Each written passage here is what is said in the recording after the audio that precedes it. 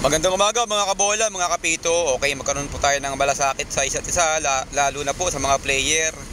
During the game, kapag mayroong mga bata o kaya sino mang tao na pa-dribble sa ilalim ng court, sawayin po natin o kaya kunin po natin yung bola.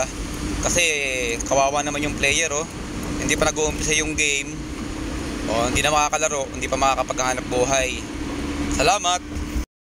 Magandang araw mga kapito. Bakit kaya napituhan ni Kabaro itong ganitong senaryo na kitang-kita naman natin yung player ACOP shooting. Okay, under FIBA rules sa Article 15 page 20, player in the ACOP shooting, nakalagay po, a continuous movement on a drive to the basket or other moving shot is an action of a player who cuts the ball while progressing or upon completion of the dribble and then continues with the shooting motion o kaya usually upward.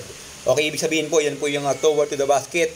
Klaradong-klarado naman na nagplano tumira yung ating player bago na foul ng kalaban. Kaya dapat po basket count. Bakit po kayo nakapito si Kapuso ng violation? Okay, dalawa lang po yung pwedeng kasagutan dyan. Maaaring alagad po ito ni Mang Kanor gumamit ng magic sarap o kaya naman po ay hindi po alam yung definition ng ACOP shooting. Okay, basket count po tayo dito mga kapito Yan po ay ACOP shooting. Salamat! Thank you!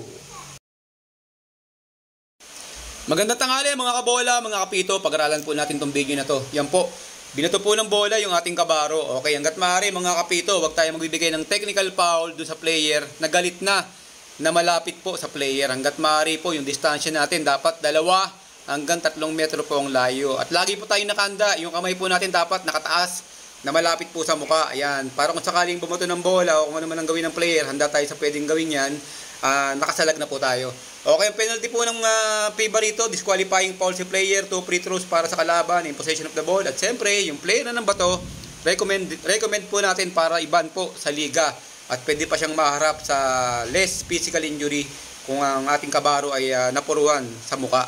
Okay mga kapito, okay, trabaho lang, walang personalan. Mga kabola, laro lang, walang personalan. Maging aral po tayo sa isa't isa. Salamat, Kuya Roger! Magandang gabi mga kabola, mga kapito. Okay mga kabola, wag po tayong papatol at wag natin pansinin yung mga manonood.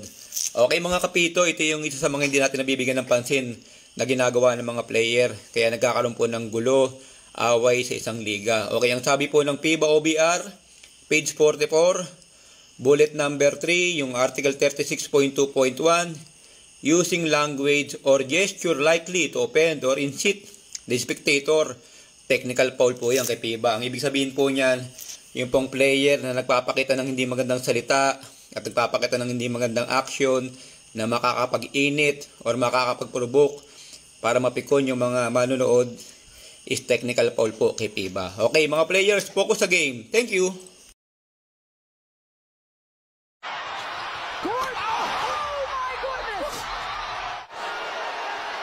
Drink this in with your eyes, ladies and gentlemen.